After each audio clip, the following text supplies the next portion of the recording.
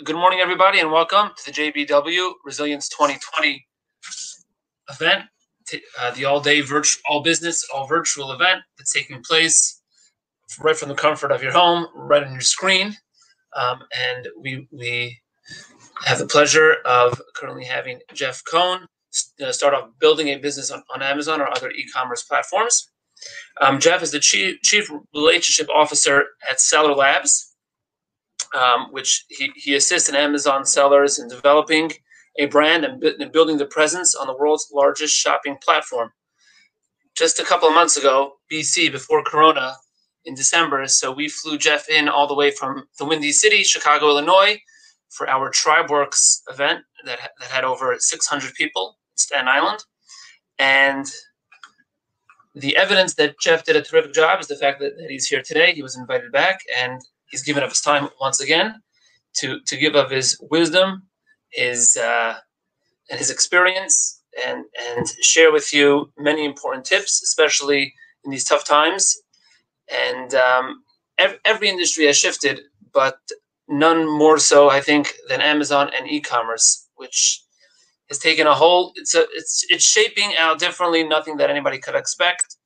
And Jeff, with all his experience, he was the former general manager of textbooks.com and a former general manager of campusbooks.com. Don't worry, he doesn't speak like a college professor or anything like that. He's going to impart with you the wisdom and the lessons to move forward and to maximize all your potential on Amazon and other e-commerce platforms. So I would like to give over the floor to Jeff and enjoy the broadcast. Great. Jeff? Thank you, Avi. Appreciate it. Appreciate that warm introduction. Thank you, everybody. God, you guys calm down. Everyone sit down. Thank you for all the standing applause. Okay, so let's talk about resilience, and let's talk about virtual webinars. The truth of the matter is you are sitting at your desk right now and you are doing something else, and I am in the background. And you are expecting or anticipating or hoping that I'm going to be doing something that catches your attention. And so if I go and put a PowerPoint presentation together and I stand up there, you will go to sleep. You will fade into your Facebook, into your email, into your LinkedIn, into your text messages, into your business, and you will completely ignore everything that I say until you catch the one thing that you're looking for that will excite you, and you'll turn around and you'll pay attention. So I decided to do things a little bit different. I decided to use the platform that we can be live, that I can be on a computer with you, as an opportunity to not just present to you, but to interact and engage with you. And so I wanted to do things a little bit different, and I don't know how it's going to go, and it might totally suck and you might give me a bad review. But my hope is that what I can do for you guys today is help you move along in your business. So here's the challenge. You're asked by a show producer to create a presentation. They tell you to create a presentation on a post-COVID world for e-commerce and Amazon. You can't get much more broad than that. How do I know whether you guys have sold on Amazon, not sold on Amazon, whether you already have an e-commerce store or looking to build an e-commerce store, whether you're a mom and pop or you have a full-blown operation? The answer to every question that I get from people when I speak to them is it depends. So I always have to say, it depends. What are you trying to do? It depends what you're trying to build. It depends how much money do you have to put into your business. It depends, have you already tried this? So the beauty of this type of environment is that I can actually dig deeper into your business and either use your businesses as examples of challenges or struggles, or I have some pre-built examples and case studies and samples of like what's working today, and I can show you best practices. So it's my hope that you guys are more interested in learning about what can actually benefit you. If you're interested in what can actually help benefit you, type the word yes into chat. Because the truth of the matter is that when we are interacting with one another and we're speaking, we act like we're interested in what the other person has to say. But the reality of the situation is we're interested in what the other person can do for me. And so, what I want to be able to do, and as a test, it may not work, but what I want to be able to do is see what can I do for you, give you an opportunity to ask your specific questions about building a business on Amazon or e-commerce, and use your question as a case study to drive other people. Is that something you're interested in? If it is, go ahead and type into the chat box or type into the Q&A and let me know. And if it is, then tell me, what is the number one thing that's holding up your business today? Because that's where we're all at. And the challenge of developing a presentation is that I'm developing a presentation that talks about all this stuff in general. But what you care about is what's going to move you along your line. So where is your business stuck today? Have you already developed an e-commerce site and you're looking to go on Amazon? Have you already launched on Amazon and you're thinking about going e-commerce? Have you launched on Amazon and you're thinking of going international? Where is your business stuck today? So go ahead and tell me within the chat, where's your business stuck today? And how can I unstick your business? Because that's really ultimately what you came here for today. You came here to find out something about your business and to understand how that business can move forward. So I see a few of you have already posted in the chat that you're interested in this. And if you're interested in this and you want to dive in deeper into your particular case, then go ahead and share it with me. And while you guys are thinking about that or diving into that, I am going to start a screen share. Let's see here.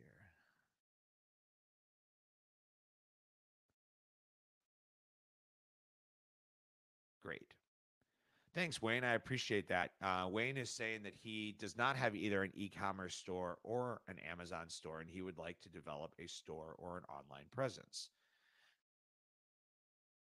So the question that I would have for you, Wayne, is, well, what are you selling and how are you selling it today? Let me show you guys kind of an example of how I think through e-commerce type of problems.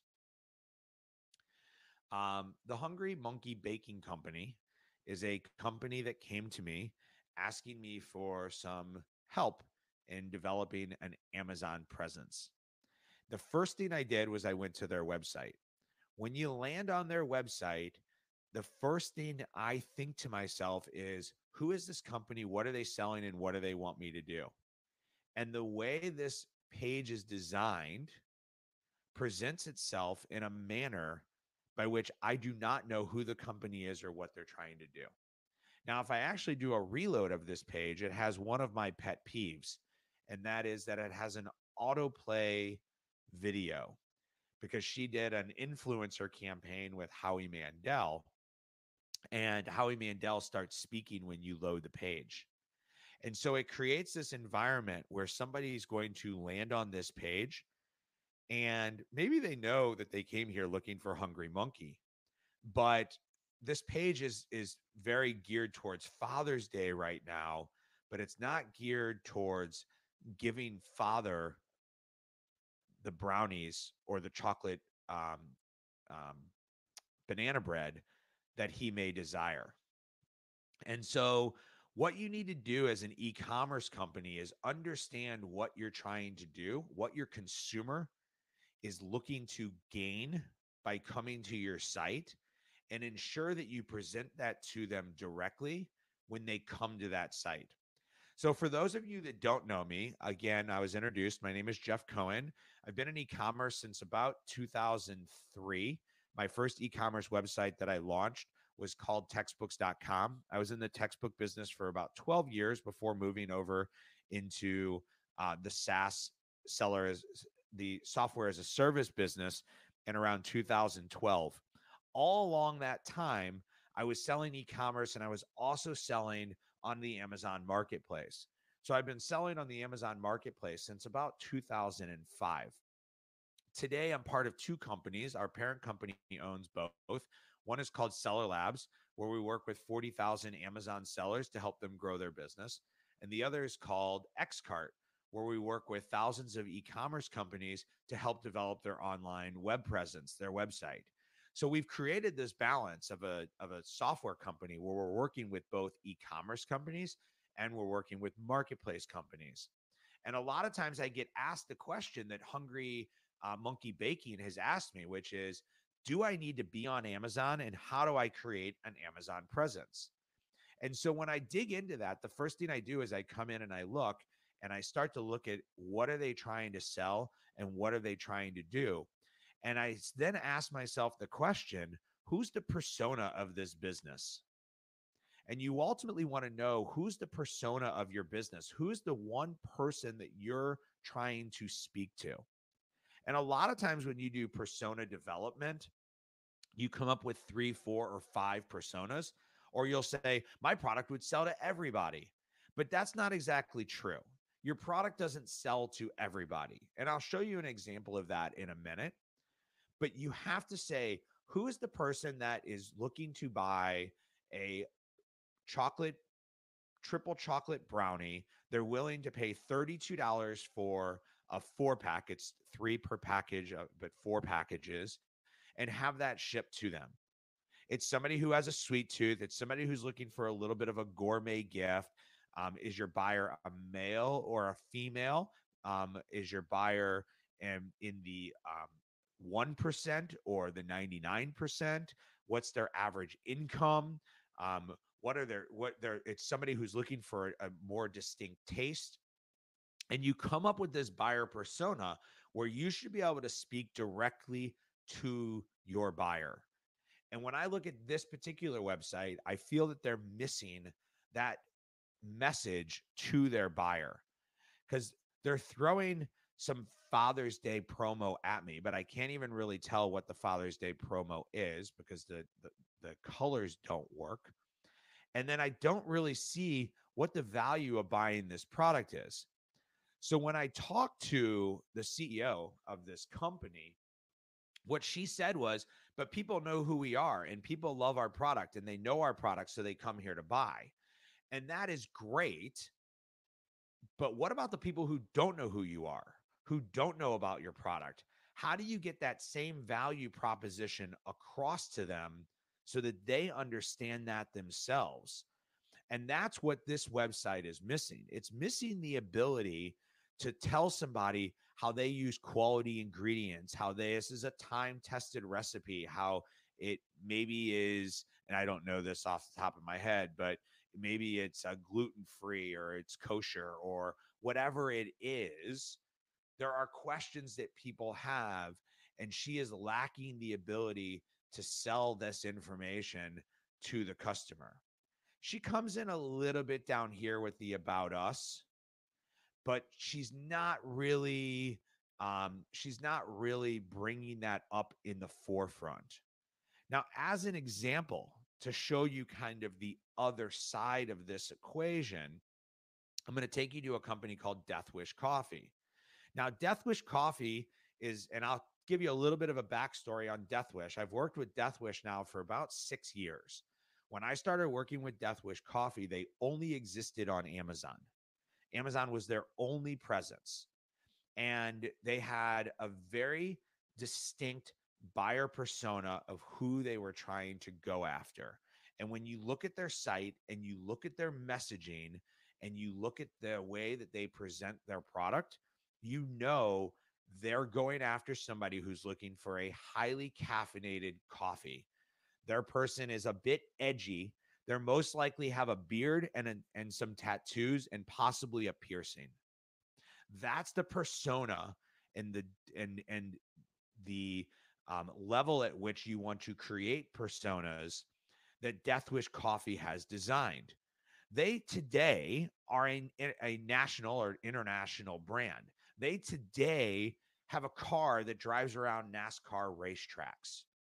That wasn't the case 5 years ago. So what are you going to do to take your business from where it is today to where you're trying to get it to go?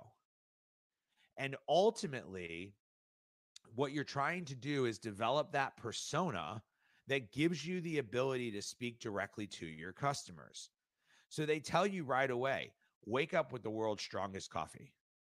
Okay. They're giving you the product to purchase right here, either one time or subscribe and save.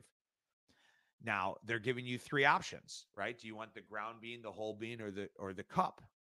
Now they didn't call it a K cup, they call it a death cup. So they're bringing that persona language right into their website. What does it say here? Warning, highly addictive. Look at the language that they're using.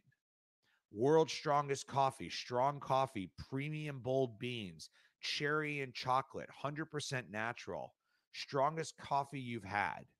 They're making it very crystal clear what their product is, what their unique selling proposition is, and then if you meet the persona who would buy this product, here's a way to buy it. Oh, and by the way, we'll give you our 100% no BS guarantee. So the language that's speaking to their audience is throughout everything that they're doing. And that's a critical component to building a brand, whether you're building that brand on Amazon or off of Amazon. And I'll talk a little bit about what Wayne just asked me of, should I go on Amazon or should I go with e-commerce? So let's go back to my original example here from the Hungry Monkey Baking Company. They asked me that specific question. Should I go on Amazon or should I go on e-commerce? So let me show you what I did. I came here.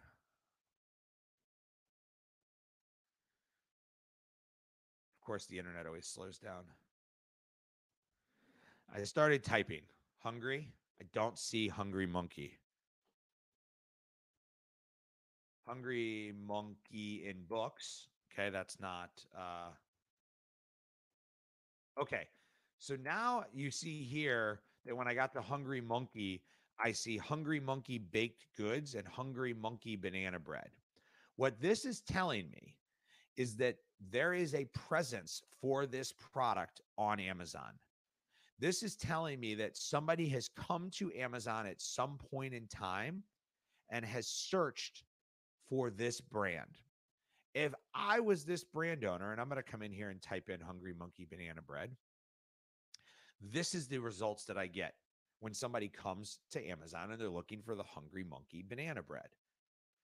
So the first thing that I think of as a brand owner is I want to own this space. If somebody is typing in my branded keyword, I want to exist on Amazon. No questions asked. I want to exist on Amazon.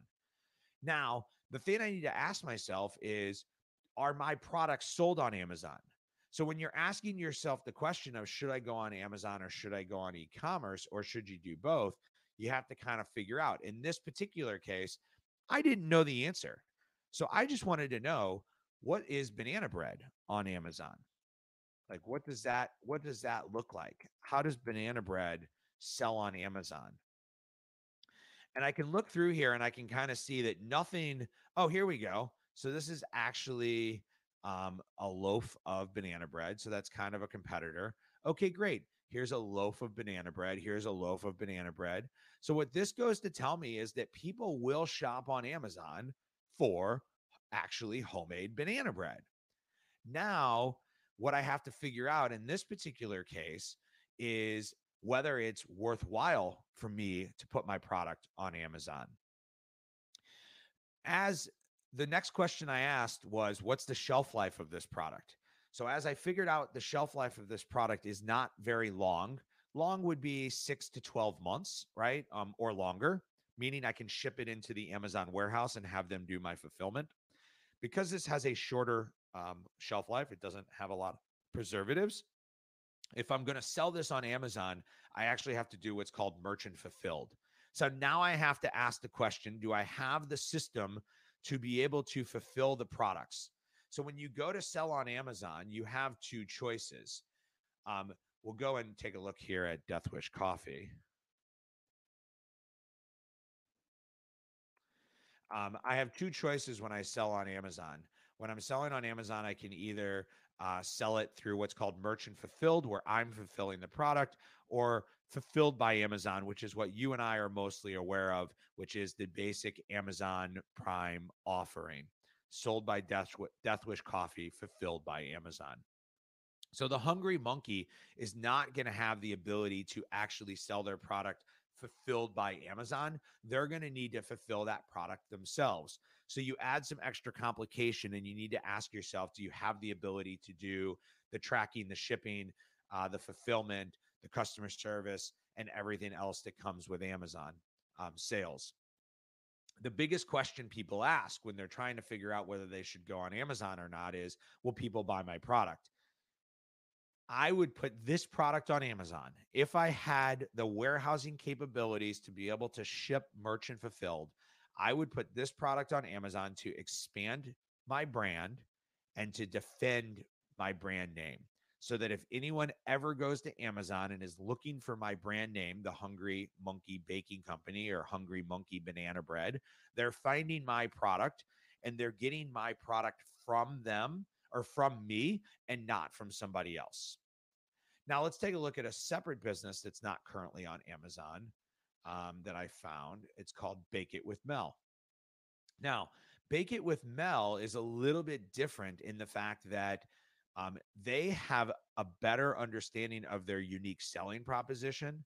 Their website's a little bit more crisp and clean, and they're speaking more to their direct audience. Now, she's a two-time Chop champion, and she curates what are called baking kits. If you're not familiar with it, it allows you to get all the ingredients that you need to bake a product. And then you go home and you bake that product with your family. And what she is doing and her unique selling proposition is really twofold. One is she's creating what are called Instagram worthy recipes. So recipes that you want to take a picture of, and it's curated by a two-time Chop champion. So if you watch the Food Network and you understand and you follow that, then like these become unique selling propositions of why you would buy this particular product over somebody else's. So I do the same thing now when I come to Amazon. I'm going to keep that up here for a second. We'll go to here. Going to type in Bake It with Mel, and we see nothing comes up. We're going to see, let's type in baking kit. Oh, auto select. Hold on.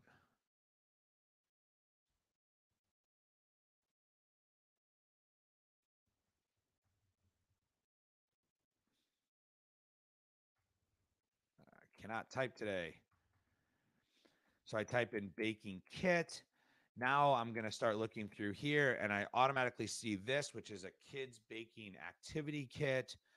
And I'm seeing a lot of like cupcake kits and things like that. So this is something that's pretty close to what I sell. So I want to look at this. I can see that they have a bagel kit, and they have some candy kits and things like that.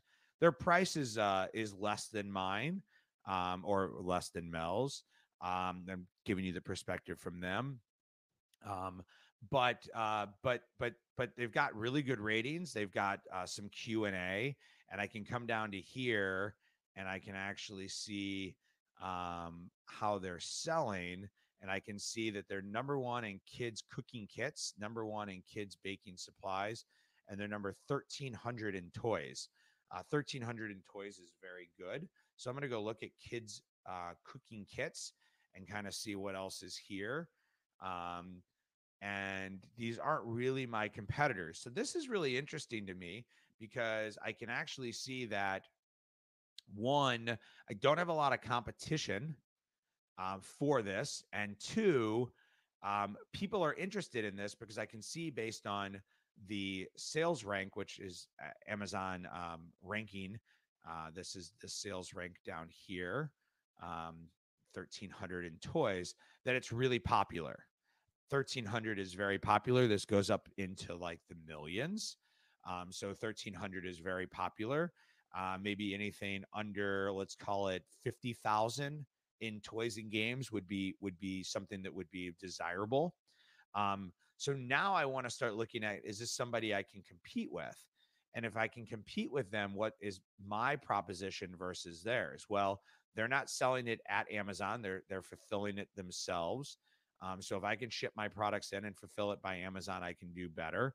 My price is a little bit higher, right? Because I'm going to be at $48 and they're at about $40. So I'll be a little higher, but I have a different proposition. I'm not selling a bagel kit to make bagels. I'm selling Instagram worthy baking recipes. And so I would look at this brand and I would say this brand definitely should be on Amazon, and this brand could do considerably good business on Amazon.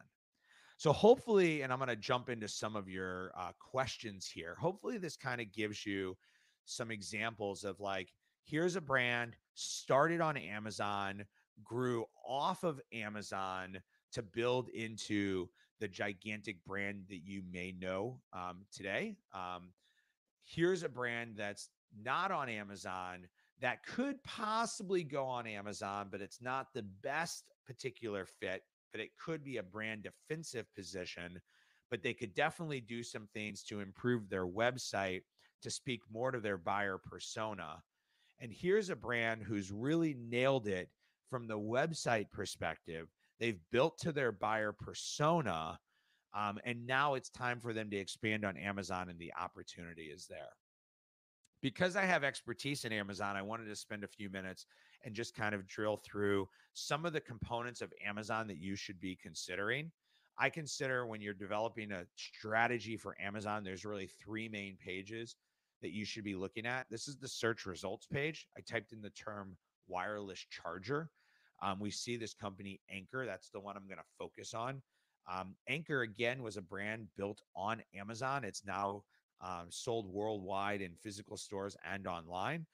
But they all started as a digitally native brand on Amazon. And you can see this is advertisement and these are advertisements, and this is not. This is called the organic listing. This is the search results page. You're trying to land specifically for a keyword or term.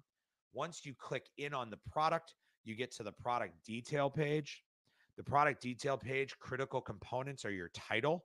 This is really going to be from an SEO perspective and showing up on the product detail page, your main keywords.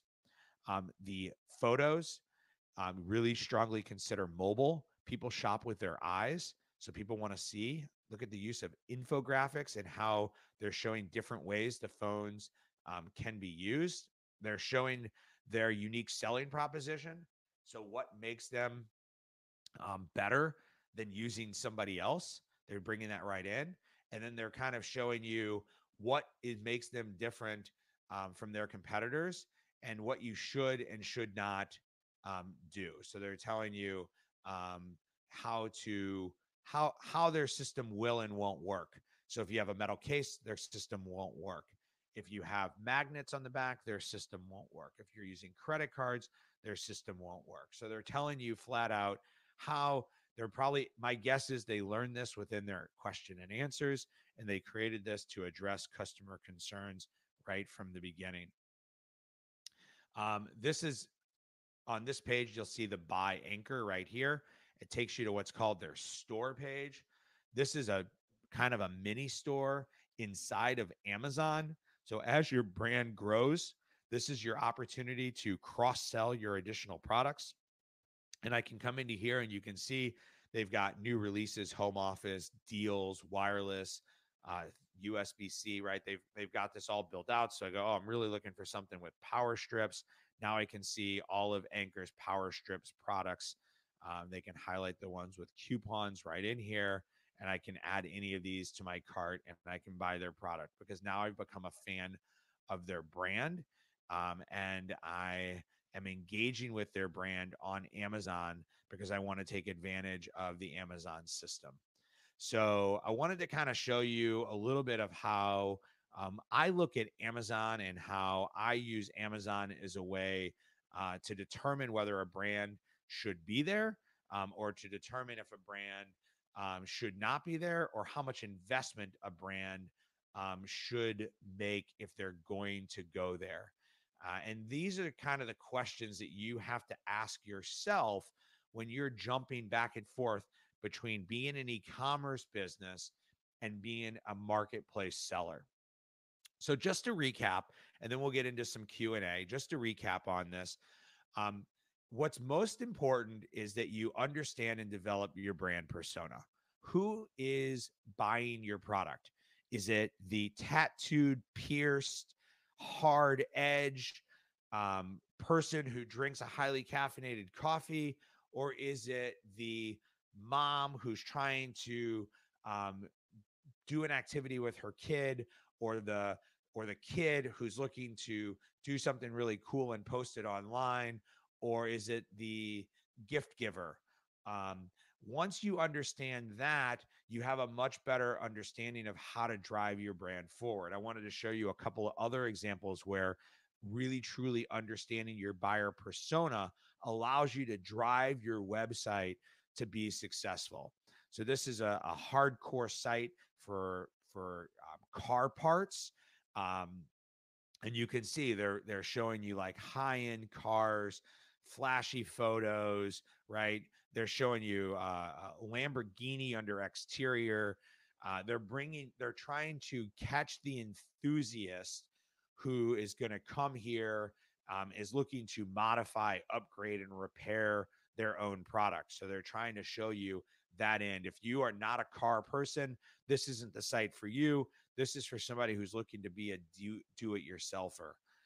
Here's another great example: wrestling shop. This is the my kid saw this on my screen this morning. He was like, "Dad, what's that? What's that site? I want some of those." If you're into WWE and you're into wrestling, this is the site, because they can give you all the things that you want. They can get you the newer ones, they can get you the older ones, you get what's coming up. And there's sites like Wrestling Shop and Car ID. There's an app called Sneaker that's all for like sneakerheads. So who is your persona, and what's your unique selling proposition that's going to get somebody to come buy something from you? And that's how you then determine the right place to be and how to stand out in the marketplace.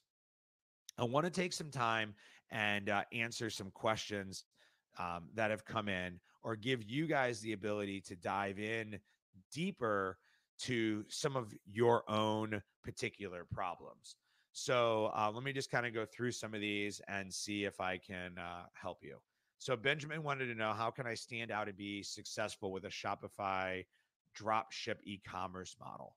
Um, so I still think it comes down to there's nothing wrong with dropship, right? So dropship means that you're not physically holding the products, but you're working with vendors who are holding and shipping the products for you. I think that, the key is, what do you have that's unique and different? Um, Otherwise, you're just competing in general space that everybody else is competing in. But you can make that difference ever so slight, and that becomes your unique selling proposition. So if you think you're just going to connect to a whole bunch of drop shippers and start another website that other people have already have, how are you going to get people to your website versus somebody else? So maybe you can work with one of your drop shippers to get a unique product, or maybe you hone in that product to be something very specific.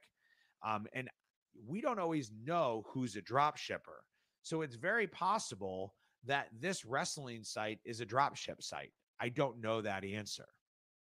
Um, but maybe, this is a great example of, if you had connections into a whole bunch of Nerf guns, Nerf toys, and you could build a Nerf shop that's all drop ship, there's nothing wrong with it. Or Lego. Those are just the ones that roll off the top of my head.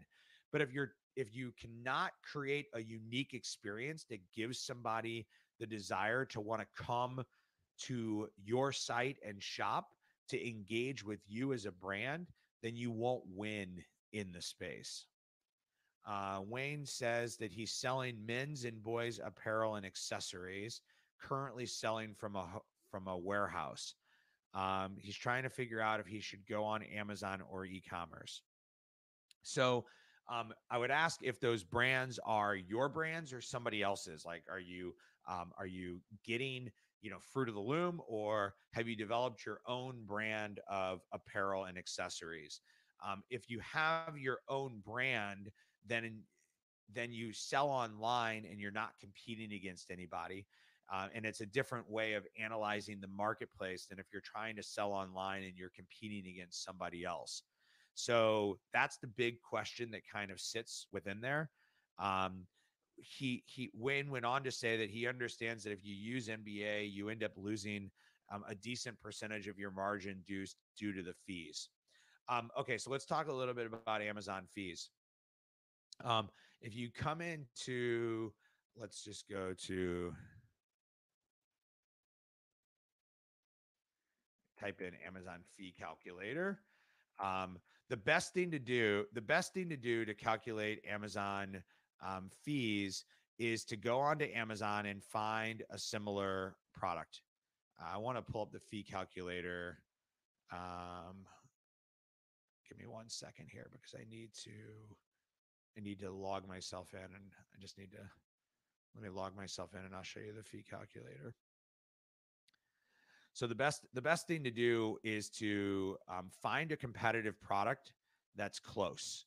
So find something that is that you would consider like your top competitor within your system. Seller Central is making me go through authentication, so I'm not going to be able to do the fee calculator right this minute. But find somebody who sells something very similar to you. So if I come to Amazon and I type in boys accessories, find somebody who sells very similar to you. So let's say you sell, just go for these mittens, for instance, and you sell a 4-pack of these mittens. Take the ASIN right here and then type in Amazon fee calculator, and you'll plug this ASIN into the fee calculator. We also have an extension. Let's see if I'm logged into my extension. I am. How about that? Cool. So I'll show you how to do it on a Seller Labs tool. So I can come into here and I can see within the tool that the price of this product is $5.99. The Amazon commission on this product is going to be $1.02, and the FBA fees is $2.92. All I need to add is my cost of goods. So if my cost of goods on this product is $2, then no, I won't make any money. So I have the ability to analyze my profit by looking up any product that is somewhat similar to my product. And then, like, let's say I'm selling something that's like this. Let me just hide this for a second. Let's say I sell, let's say I sell the astronaut helmet. So I sell this astronaut helmet, or I have something similar to it. I sell helmets. My helmets are about $20. I can get a general sense. Now, what you're trying to calculate when you're trying to calculate Amazon fees is really the size and weight of your product. That's what's going to really drive your fee. My guess is this is a little bit oversized. And so I can see here that my FBA fees are a little bit higher, and I have a $3 commission. So you need to calculate your cost of goods sold. Cost of goods sold should be typically cost of goods sold is the cost of acquiring the product. When you're trying to calculate it in this instance, what I always tell people is to also calculate what I call your Amazon landed fee. So how much did it cost you to per unit buy the product, package the product, ship the product, deliver it to Amazon? So I have shipped and delivered, meaning ship means bring it in from your supplier to yourself and then get it to Amazon. If you put all of those into your cost of goods, the only fees that you're not calculating within here is any type of marketing or advertising fee and any type of continual storage fee.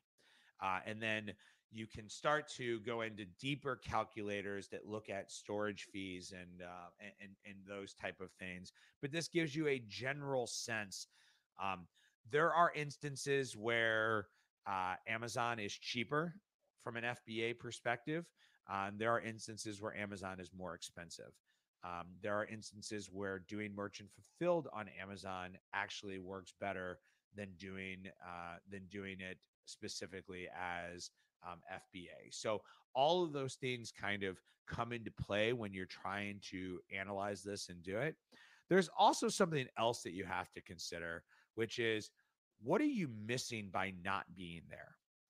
So maybe you make a few less points, but if people are specifically looking for your product and your brand, and they're not able to find it, what does that cost you? So if Death Wish Coffee said, I don't want to pay the fees to Amazon, I just want them to come to my site, I think there's a lot of people who would still go to the Death Wish Coffee site to buy their product. But there are a lot of people who just like to shop on Amazon and they won't. And so that's a personal decision that brands have to make as to whether they want to participate in marketplaces or they want to be exclusive on their own site or whether they want to be in some type of hybrid situation. I know we kind of covered a lot. Hopefully you enjoyed the style by which I presented because I think it was a little bit different. I do have time for Q&A. So I have got about 10 more minutes. If anybody has any additional Q&A, you can post that Q&A into the chat, or you can post that Q&A into the Q&A tab. And I'd be happy to answer any additional questions that people have. If you were not here when we started, I took a little bit of a different approach to how to present today by showing you guys live versus going through a canned presentation. And I tried to drive my presentation based off of what you guys were looking to accomplish in your business. So this is your opportunity to get something out of today. This is your opportunity to get that one question answered that you had when you came into this. You signed up for this event for a reason. You came to this event to drive your own business forward. You chose to come to my presentation for some particular purpose. What was that purpose and how can I help you accomplish that goal today? So if anybody has any questions or wants to post into the chat, we will, I'll take the time and answer them. Otherwise, we'll wrap up and let you guys have a little bit of time before the next speaker.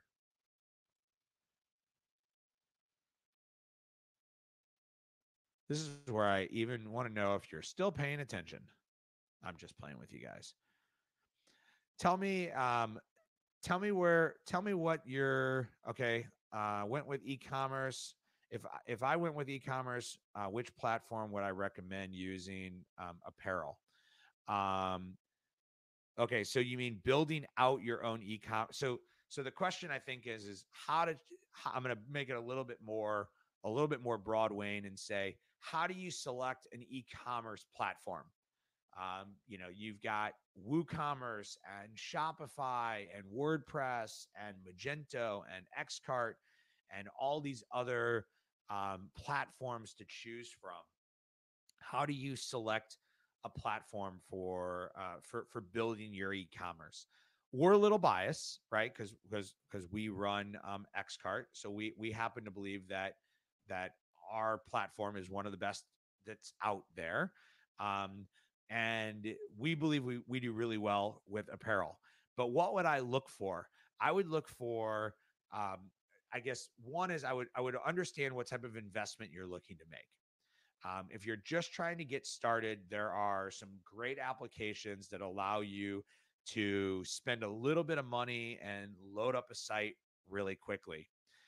If you're looking for, if you have more complex business operations and you're looking for a system that is more robust to meet your business operations, then that's a different platform than the quick launch of a website. And so what a lot of people come to find is that they launch under I want to just quickly get my website launched and up and ready to go. And then they find out that they need to start changing a lot of their business operations to work the way the platform they have works. So I want to go on Shopify, but now I need to pick a Shopify vendor, or now I need to change this process because of Shopify. We specifically built Xcart to be a little bit different. So it's not one of the least expensive on the market, but it is one of the most flexible on the market. So we chose to go after a persona of the person who wants to build an e-commerce system that is built around their own business practices. So it's a little bit more complicated of a system. It's not just it is click and drag and drop, but it's a little bit more complicated in a system in that you build it to your business practices, versus building your business practices around the system. And so I would say that that's probably the biggest thing, Wayne, that I would look for when looking to build an apparel shop. I would also look for a shop that has really good search capabilities, because you need to have a lot of drilled in search for people to be able to search by color or by size or by fit, or pants versus shirts versus jackets. You've got a lot of search that needs to occur. So I would definitely look for something that's strong in the search arena when looking at a apparel company.